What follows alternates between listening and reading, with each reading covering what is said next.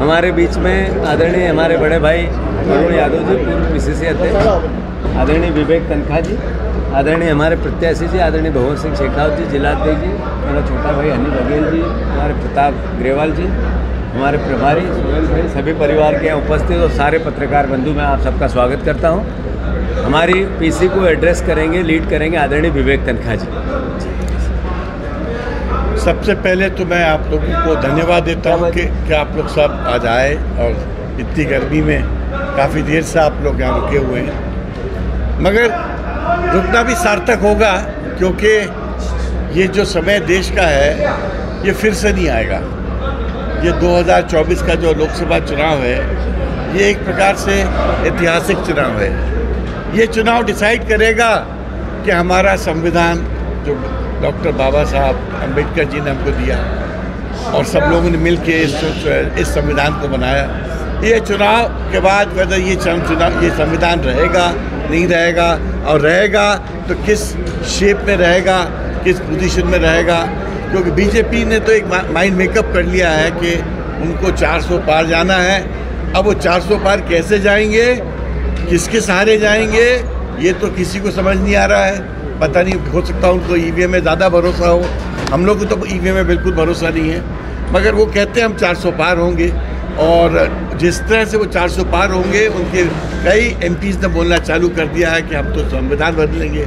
वैसे ही हम देख रहे हैं कि इस वक्त संवैधानिक जो इंस्टीट्यूशंस अपना काम नहीं कर पा रहे हैं। देखिए, 2 दिन पहले मोदी जी ने कितने अपशब्द बोले थे जातियों के बारे में, भारतीयों के बारे में, महिलाओं के बारे में, मंगलसूत्र के बारे में, हिंदू मुसलमान दुनिया भर के।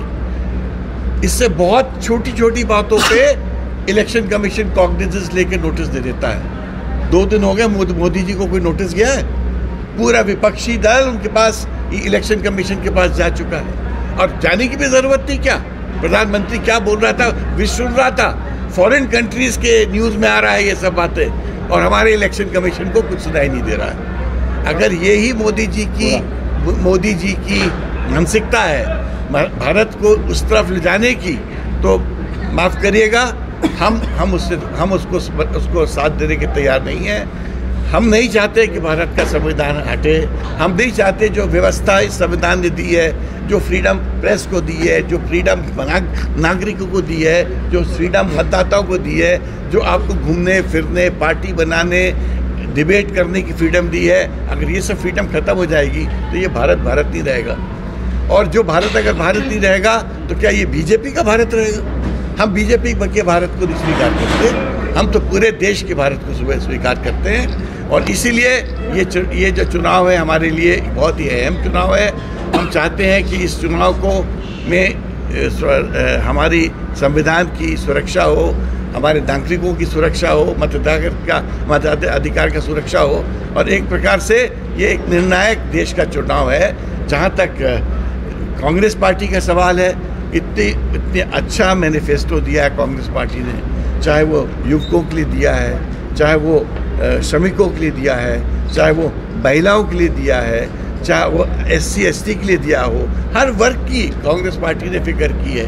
कांग्रेस पार्टी ने ये भी बोला है कि हम आरक्षण को यथावत रखेंगे। और मुझे तो याद है, मैं तो महाधिवक्ता था स्टेट का, 1993 या 94 में जब पंचायती राज का सिस्टम आया था, ये कांग्रेस लेके आई थी। ये जो ग्राम स्वराज का सिस्टम लाया था, ये कांग्रेस लेके आई थी। क्योंकि वो जो कानून बने थे, उन कानून के बनाने में भी मेरा एक हिस्सा था। फिर उनको कोर्ट कचहरी में बचाने का काम भी मेरा था।